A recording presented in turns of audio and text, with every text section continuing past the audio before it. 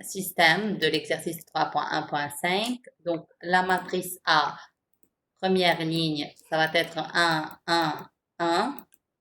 Et pour B, 1.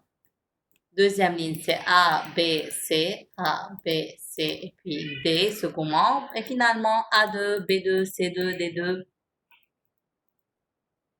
et D2 pour la matrice B.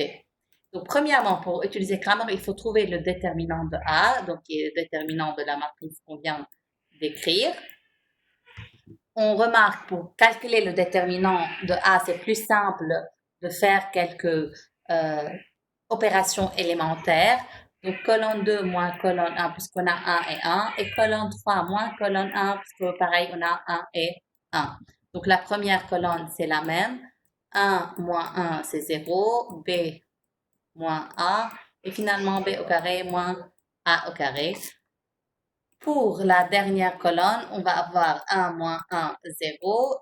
Colonne C moins A et C2 moins A2. Donc maintenant, on remarque qu'on a le déterminant d'une matrice où la première ligne, les termes de la première ligne sont tous nuls sauf 1, le premier terme. Donc on développe le déterminant suivant la ligne 1. On va avoir le signe de 1, c'est plus. Donc 1 fois B moins A fois C2 moins A2 moins B2 moins A2 fois C moins A. Donc là, on remarque, puisque vous avez B moins A, facteur de C2 moins A2 et C moins A et B2 moins A2, donc on peut factoriser C au carré moins A au carré et on peut factoriser B au carré moins A au carré qui n'est autre que B moins A facteur de B plus A.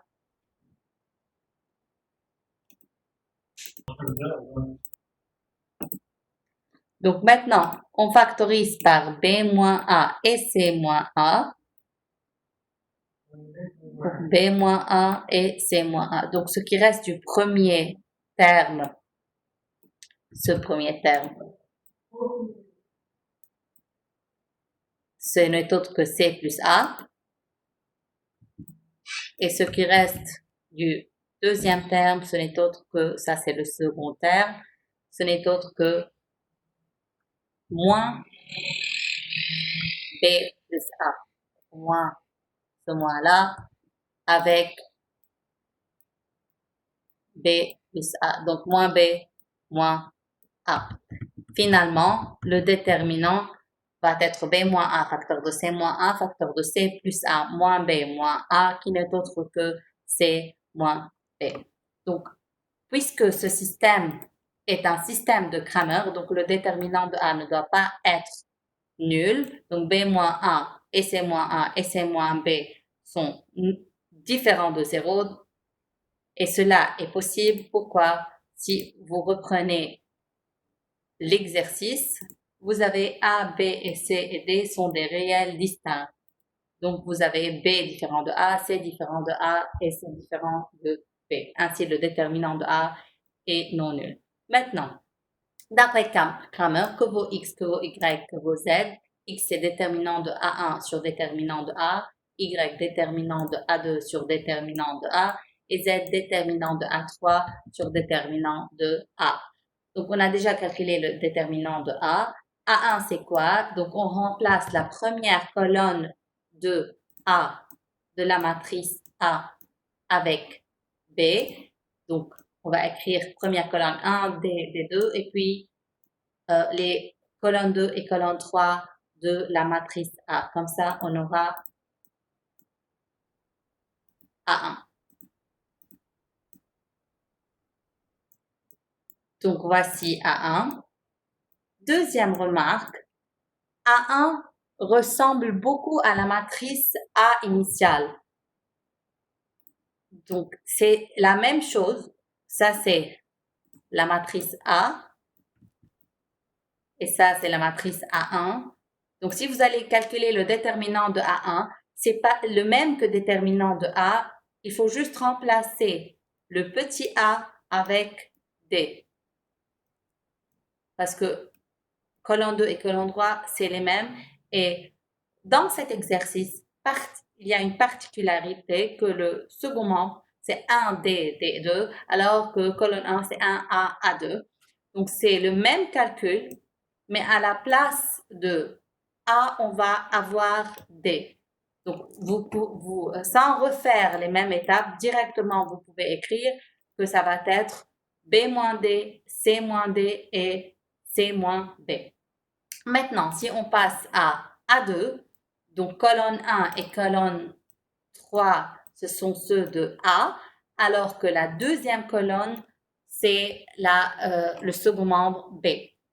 Pareil, A2 ressemble beaucoup à la matrice A, sauf qu'on a changé la deuxième colonne.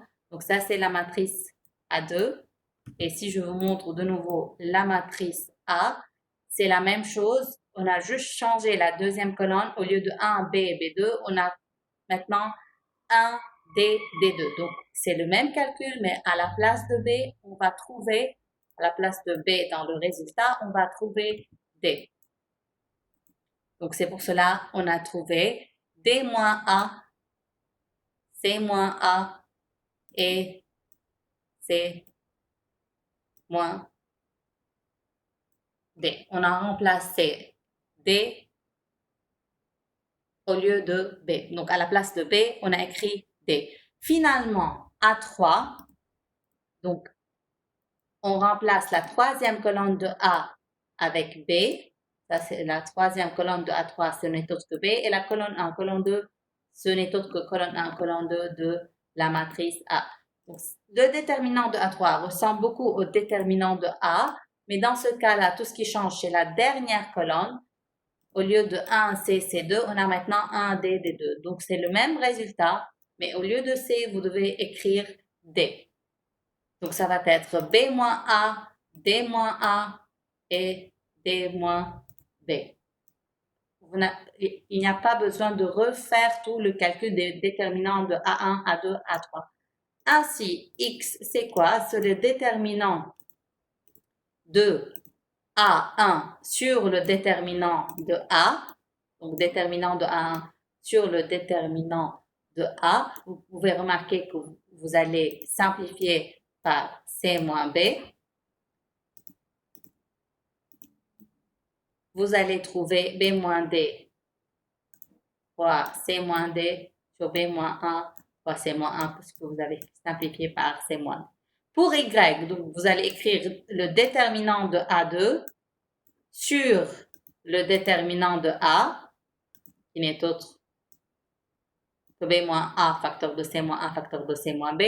Dans ce cas-là, vous devez simplifier par C moins A et vous allez trouver D moins 1 facteur de C moins D sur B moins 1 facteur de C moins D.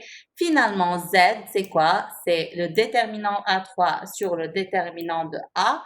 Et là, vous simplifiez par B moins A. Ainsi, on a la solution X, Y, Z, en fonction bien sûr de A, B, C, D.